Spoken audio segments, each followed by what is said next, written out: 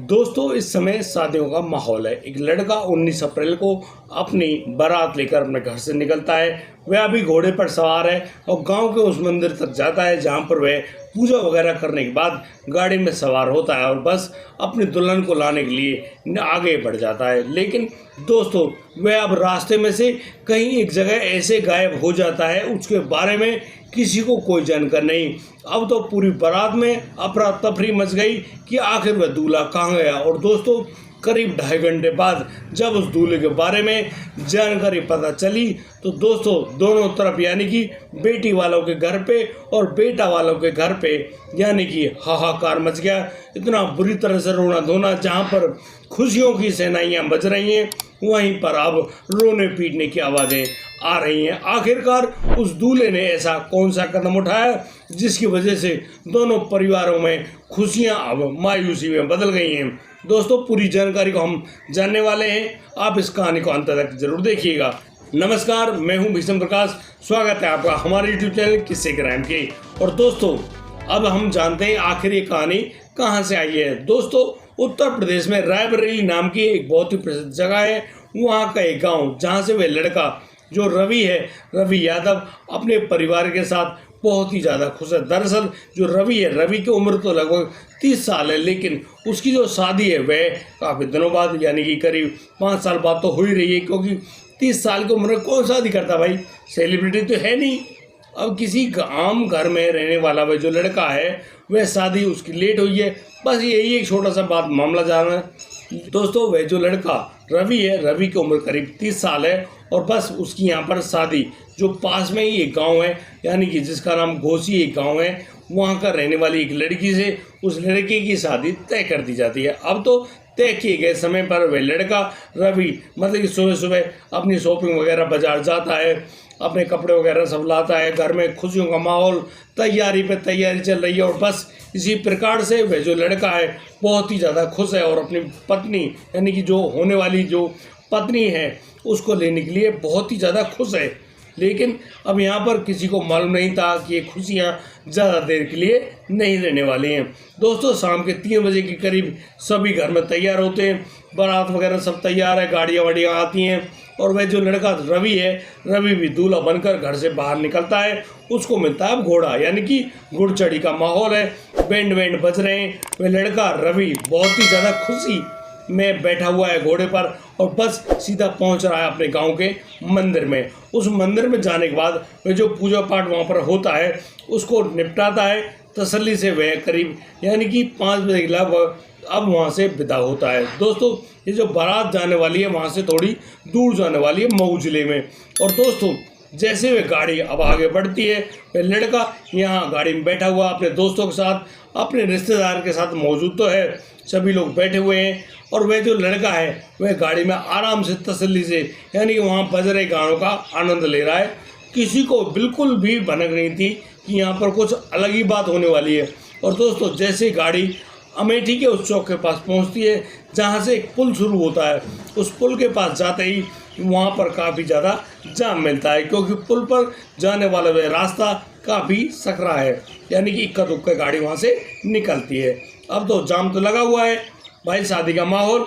लेकिन वह जो लड़का है दूल्हा रवि अब झट से उस गाड़ी का दरवाज़ा खोलता है और वहाँ से निकलता है। वह अपने हाथ में एक जोड़ी कपड़ों की जो थैली वहाँ पर रखी थी उस थैली को भी लेकर भाग जाता है। अब तो उसका रिश्तेदार, उसका दोस्त यानी कि रवि के पीछे पीछे तो है, लेकिन वह जो रवि है इतनी ज़ोर से भागता है भाई किसी के हाथ नहीं आता। यानी कि गाड़ियों के आगे पीछे साइड से होते हुए वह लड़का इतनी तेज़ भागता है कि किसी को कोई भी नज़र में ना तो वो लड़का आता है, यानी कि रवि छुपता छुपाता वहाँ से गायब हो जाता है। अब तो उसका रिश्तेदार उसके बड़े भाई कुलदीप के पास फ़ोन करता है, उसको बताता है कि जो तेरा भाई है वो यहाँ से भाग खड़ा हुआ है। अब कुलदीप को ये खबर जैसी ही मिली, कुलदीप अपने भाई रवि के पास फ़ोन करता है। दोस्तों रवि फ़ोन उठा लेता है, लेकिन वह कुलदीप को अपनी लोकेशन जो एग्जैक्ट है वह नहीं बताता है। कभी वह कहीं बोलता है, कभी किस चौराहे बोलता है, कभी किस चौराहे बोलता है, यानी कि वह लगातार उस लड़के कुलदीप को गुमराह कर रहा है। कुलदीप अपने भाई को ढूंढने के लिए पैदल पैदल लगातार भाग दौड़ करता है, लेकिन जो है कि उसको वह लड़का मिल जाए। अब लगातार प्रयास करने के बाद भी किसी को कोई भी जानकारी नहीं मिलती है। अब तो रात के करीब 9:30 बज चुके हैं और 9:30 बजे के लगभग उस कुलदीप के पास एक फ़ोन आता है। वह फ़ोन होता है पुलिस का। दोस्तों, ये फ़ोन करने वाली जो जीआरपी है, यानी जो रेलवे पुलिस है, वह कुलदीप के पास फ़ोन करती है और कुलदीप को सूचना मिलती है कि भाई एक काम कर, तू यहाँ जो गौरीगंज थाना है, ये जो गौरीगंज स्टेशन है, इसके पास आ जा, क्योंकि यहाँ पर एक डेड बॉडी पड़ी हुई है। उनको मालूम नहीं वह कौन है, लेकिन ये लड़का बिल्कुल नौजवान है। अब दोस्तों, जैसे ही कुलदीप को ये खबर मिली, भाई कल कुलदीप के तो काटो खून नहीं, क्योंकि कुलदीप के पास लगातार प्रेशर वहाँ दुल्हन वालों की तरफ से भी हो रहा था। भाई लोग उनके पास फ़ोन कर रहे हैं कि बारात अब तक क्यों नहीं आई, लेकिन वो सब लोग तो उस रवि को ढूंढने में लगे हैं। अब दोस्तों, जैसे तैसे वह कुलदीप वहाँ यानी कि गौरीगंज जो रेलवे स्टेशन है उसके नज़दीक पहुँचता है। वहाँ पर वह देखता है कि वहाँ उसका जो भाई है वह यानी कि मृत अवस्था में रेलवे के ट्रैक पे पड़ा हुआ है। दरअसल यहाँ पर जो जीआरपी है वो बताती है कि यहाँ मालगाड़ी जाने वाली थी और उस मालगाड़ी का जो लोको पायलट है वह बताता है कि ये लड़का अचानक उसके सामने आ गया था और बस वह ट्रेन की चपेट में आ गया और उसकी दर्दनाक मृत्यु हो गई। दोस्तों, अब तो कहानी बिल्कुल साफ है, लेकिन वह जो लड़का है कुलदीप, वह कहता है कि उसका जो भाई है उसने तो दूल्हे के कपड़े पहन रखे हैं, लेकिन ये साधारण कपड़ों में कैसे आ गया भैया? क्योंकि जब उस लड़के रवि की वहाँ पर वो एक्सीडेंट हुआ, उस एक्सीडेंट के बाद यानी कि मालूम चला उस लड़के ने यानी कि जो ड्रेस है वो ड्रेस भी चेंज कर ली है। अब ये उस लड़के ने क्यों ये कदम उठाया, किस लिए उठाया, किसी को कोई भी जानकारी नहीं है, लेकिन अब भाई कदम तो उठाया है।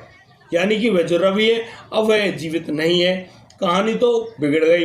और जैसे ही ये सूचना उस दुल्हन पक्ष के पास पहुंचती है, भैया हाहाकार मच जाता है। वह दुल्हन जो कि अपनी शादी होने का इंतजार कर रही होती है, बस दहाड़े मारकर ऐसे रो रही है जैसे उसका सब कुछ उजड़ गया। और दोस्तों, मैं तो आपसे भी कहता हूँ भाई सोच के देखना, जहाँ पर लगातार शहनाइयाँ बज रही हैं, खुशियों का माहौल है, लड़की की शादी होने वाली है, वर पक्ष वधु पक्ष सभी लोग तैयार है, लेकिन यहाँ पर जो दूल्हा है वो अचानक गायब हो गया, गाड़ी से भाग जाता है, गाड़ी से निकल कर भाग गया। अब वह कहाँ गया किसी को कोई खबर नहीं है। और करीब 2.5 घंटे बाद जब अंधेरा हो गया तब जाके सूचना मिलती है कि भैया उस लड़के ने तो खुद को ही खत्म कर लिया। भाई गजब की बात, छक्के छुड़ा दे, होश गुम कर दे। लेकिन आज की जो कहानी है बस इतनी ही है। आगे कोई भी मैटर उनके सामने नहीं आया कि उस लड़के की किसी ने हत्या करी या फिर उसने खुद को ख़त्म करने का ये जो फैसला लिया है ये क्यों लिया है, अभी कोई कारण स्पष्ट नहीं हो पाया है। लेकिन मैं बता दूं, ये जो रवि है ये अपने घर में रामकिशोर नाम के उस व्यक्ति का बेटा है। उसके 3 बेटे हैं और ये सबसे छोटा बेटा होता है, लेकिन उसकी शादी होने में शायद देरी थी और वह 30 साल उसकी उम्र तो हो गई, लेकिन उसकी शादी नहीं हो पाई। अब तो वह जो लड़का है जब अपने शरीर को ख़त्म कर लेता है तब जाकर सभी लोगों की आंखें खुल रही हैं, लेकिन दोनों के परिवार में यानी कि दूल्हे के पक्ष परिवार में और दुल्हन के परिवार में बिल्कुल मायूसी छाई हुई है। सभी लोग हैरान और दुखी और परेशान हैं। भैया आखिर ये कांड कैसे हुआ, कैसे ये दर्दनाक हादसा हुआ, सभी लोग हैरान और दुखी हैं। दोस्तों, आज के लिए सिर्फ इतना ही। अब दीजिए मुझे इजाज़त, मिलता हूँ कल, लाता हूँ एक और अहम मामला। तब तक के लिए आप बढ़िया रहें, बेहतरीन रहें, अपना और अपने परिवार का बखूबी ख्याल रखते रहें। जय हिंद, जय भारत।